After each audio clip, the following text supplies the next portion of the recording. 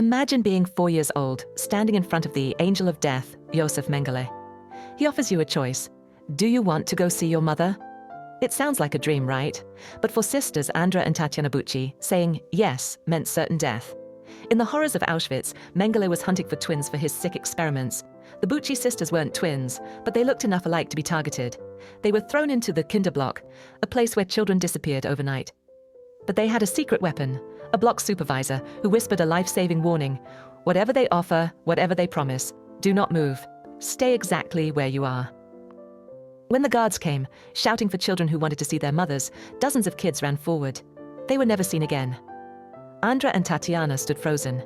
They held hands, ignored their hunger, and stayed silent.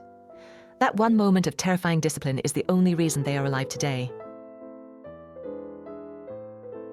4 years old. That's how old Michael Bornstein was when he was liberated from Auschwitz. You've likely seen the iconic footage, a group of children lifting their sleeves to show the cameras their tattooed arms. Michael is the smallest one in the front. But how does a 4-year-old survive a place designed for extermination?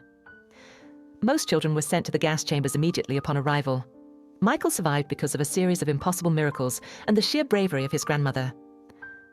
When the selections happened, she hid him under a bunk in the infirmary, muffled his cries, and shared her own starvation rations to keep him breathing. He faced disease, freezing winters, and the constant shadow of the chimney smoke. When the Soviet army finally broke through the gates in 1945, Michael was one of the youngest survivors found alive.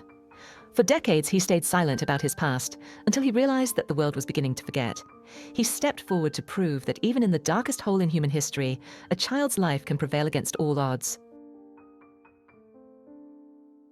How far would you go to save a child if you knew you'd never see them again? In 1939, 4-year-old Liesel Carter was handed a small suitcase and told she was going on a trip. She didn't know it was a one-way ticket to survival, or that her childhood was ending before it even began. While the world was collapsing into war, Liesel became one of the youngest unaccompanied minors to flee Nazi Germany. She traveled alone across borders, from Germany to Norway, and eventually to England. Think about that. A toddler navigating a continent on the brink of destruction, protected only by the kindness of strangers and the desperate hope of a mother she would never see again.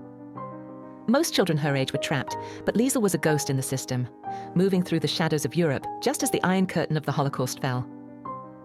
She arrived in England with nothing but a name and a traumatic silence that lasted for years. 7 siblings, 1 farm, 0 casualties. In a war where families were torn apart in seconds, the story of the Weber children feels like a mathematical impossibility. While millions were being deported, Alphonse, Senta, Ruth, Gertrude, Renee, Judith, and Bella managed to do the one thing the regime said they couldn't. They stayed together. Hidden in plain sight on a farm near Berlin, these 7 brothers and sisters lived a life of constant, suffocating silence. Every knock on the door was a potential death sentence. They weren't just hiding from the police, they were hiding from a world that had turned their neighbors into informants. For years, they survived on grit, shared rations, and a bond that proved stronger than the machinery of hate surrounding them.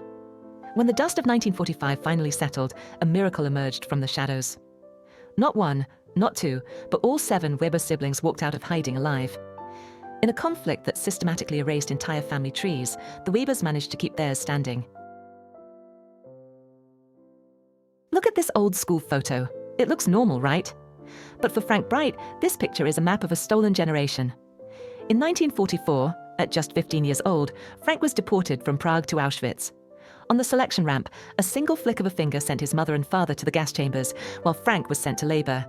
He survived the unimaginable, the hunger, the cold, and the crushing weight of being entirely alone in a factory of death. But Frank's story didn't end when the gates opened. For decades, he carried that one school photo from his childhood in Prague. He became a detective of his own tragedy, tracking down the fate of every single classmate in that picture. One by one, he filled in the blanks. He discovered that out of his entire class, most never made it past their teenage years. Frank Bright didn't just survive to live a new life. He survived to be the guardian of the names the world tried to erase. He is the living memory of a classroom that was silenced, proving that as long as one person remembers, the story is never truly over. How do you say goodbye to your parents when you're only 9 years old, not knowing if "see you soon" is a lie? For Hedi Argent, that was the reality of the Kindertransport. In 1939, As the shadows of hate swallowed her home in Vienna, she was handed a small suitcase and a heavy burden, the chance to live while everyone she loved stayed behind.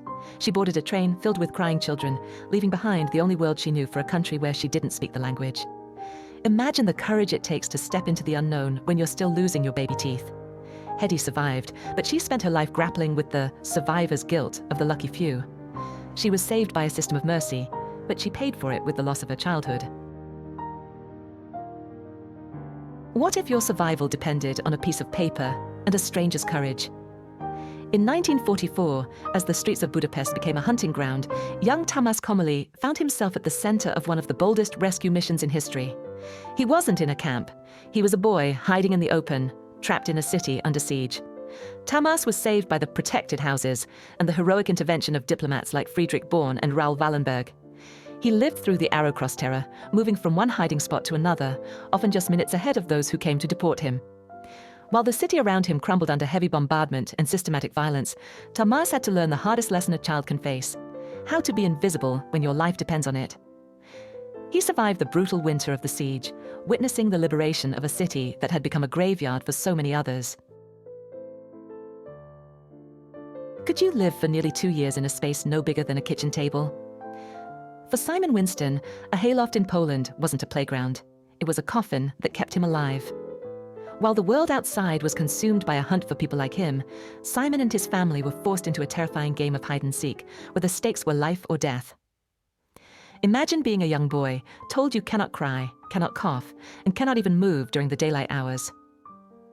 For 20 months, Simon lived in the shadows of a farm, relying on the immense courage of a local farmer who risked execution every single day to bring them a few scraps of food. He watched the seasons change only through the cracks in the wooden boards, listening to the boots of soldiers passing just inches away. When the war finally ended, Simon had to learn how to walk again, and more importantly, how to live without fear. He survived not just through luck, but through a discipline that no child should ever have to possess. Born on a wooden cart, weighing barely 3 pounds, surrounded by the stench of death. Eva Clarke shouldn't be here. Her birth wasn't just a medical miracle, it was an act of defiance against the most efficient killing machine in history. In 1945, her mother, Anka, was deported to Mauthausen while 9 months pregnant. She was starving, terrified, and forced into a coal truck for a grueling journey. When they arrived at the camp gates, the shock of seeing the horrors of Mauthausen sent Anka into labor. Eva was born right there, in the open air, as the gas chambers were being demolished. The only reason they survived. The Nazis had run out of gas, and the Americans liberated the camp just 3 days later. If the train had arrived a week earlier, Eva would never have taken her first breath. She was one of only 3 babies born in the camp to survive the Holocaust. How do you keep your humanity when you've been stripped of your name and reduced to a number? For John Csillag, born János Csillag, that wasn't a question. It was a daily battle for survival. In 1944, as a teenager from Hungary, he was forced into the nightmare of Auschwitz before being moved through a series of brutal slave labor camps. John didn't just witness the Holocaust, he felt the full weight of its industrial cruelty. He spent his youth in the shadows of crematoriums and the grueling cold of underground factories, where the average life expectancy was measured in weeks.